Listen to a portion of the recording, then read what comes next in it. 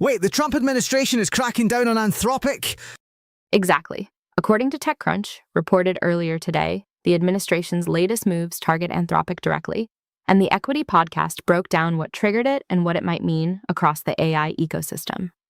So what's the actual trigger here? Something regulatory or more about data security? TechCrunch says the conversation centers on what prompted the administration's actions, suggesting it's tied to policy pressures and how that reshapes competition in the AI sector. Right, because if Anthropic's under government scrutiny, smaller labs might suddenly get more room to breathe. That's one angle. The report asks who benefits, implying other players could catch up or attract users if Anthropic's slowed by compliance hurdles.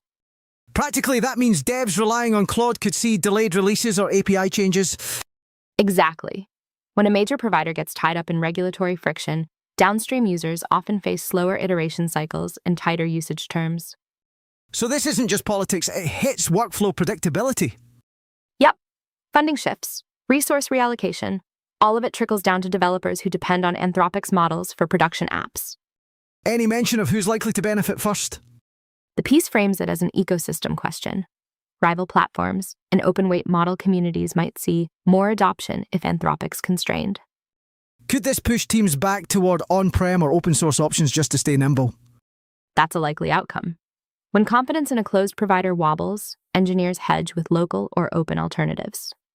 It's wild how geopolitics can ripple straight into our CI/CD pipelines. It shows how regulatory pressure isn't abstract. It literally changes what gets deployed and when. What do you think? Drop a comment below. Next story drops in an hour. Subscribe so you don't miss it.